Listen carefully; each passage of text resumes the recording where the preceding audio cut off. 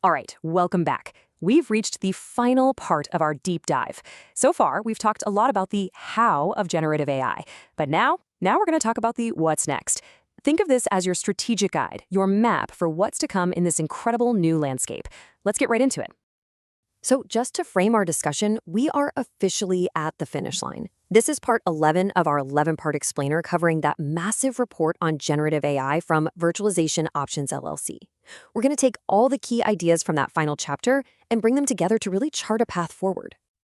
So here's our roadmap for today. First, we're going to do a quick review of the AI toolkit we have at our disposal. Then we'll get into how you choose the right tools for the job. After that, we'll cover the best ways to actually put them to use.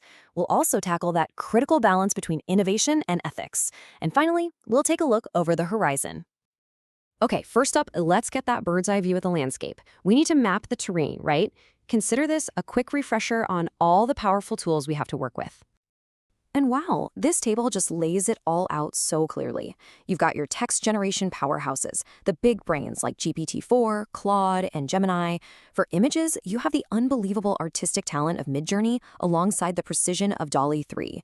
And then there's the stuff that's just exploding right now, video and audio, with pioneers like Runway and AudioGen. You know, the biggest takeaway here is that there's no one-size-fits-all solution. Each of these is a highly specialized instrument in a much larger toolkit. So, with this amazing toolkit full of specialized instruments, how in the world do you pick the right one for your symphony? That's what this next part is all about, building yourself a compass to make smart, effective, and, just as importantly, responsible choices.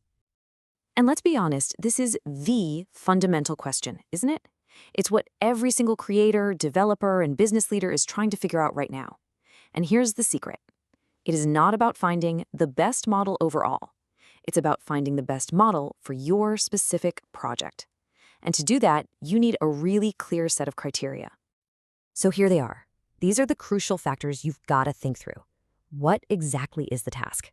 What's your quality bar? Does it need to be perfect, or is good enough okay? What about your resources, like budget and computing power? How fast does it need to be? Do you need to customize it? And you'll see that last one, ethical considerations. That's not an afterthought. It's absolutely core to the decision. Answering these questions up front literally defines your entire strategy. All right, so you've chosen your tool. Now for the fun part, putting it to work. This section is all about the practical steps. It's about charting a course so you can successfully integrate this stuff without getting lost at sea. Now, what I find really fascinating about these best practices is just how human-centric they are. You see it right away. Start small. Don't try to boil the ocean on day one. And then, number 2, maybe the most important rule of all, human oversight.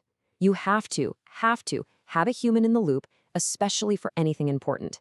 Then you refine, you measure, and I love these last 2, you plan for the fact that this tech is changing by the second, and you get ahead of the ethical questions before they become problems. And that brings us to what is probably the most crucial balancing act of our time. To get the most out of this tech, we have to chase its incredible promise, but we also have to be completely clear-eyed about the risks and how we're going to manage them. This slide just captures that core tension perfectly. It's like 2 sides of the same powerful coin. On one side, you've got this explosion of creative possibility. It's democratizing production for everyone. It's amazing. But you flip that coin over, and you see the peril. You see the potential for misinformation, for copyright headaches, for bias. The key to long-term success here is learning how to navigate that tension. And we always have to remember, these tools are not magic. They have very real baked-in limitations. They can hallucinate, which is a nice way of saying they confidently make things up. They can have biases from their training data. They can be inconsistent. You know, acknowledging these flaws isn't a roadblock. It's actually the first step to building effective and reliable systems around them. So with all that in mind, where is this all headed? Let's shift our focus and look out to the horizon, because this journey is really just getting started. This timeline offers such a cool glimpse into the future.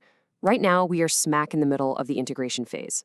But look ahead. Soon, we're going to see what's called an agentic evolution. That's when AI goes from being just a tool to being a proactive collaborator.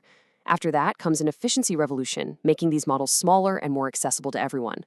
And the ultimate goal, post-2030? To hit what they call responsible maturity, where strong ethical frameworks are just the industry standard. And honestly, if there is one single idea to take away from this entire series, this is it. It's right here. The goal isn't to replace people. The goal is to augment people. It's all about a new kind of human-AI collaboration that elevates our own creativity and hopefully serves the greater good. And so this is where we end it, because this incredible technology isn't something that's just happening to us. We are all active participants. We're building this future with every single choice we make.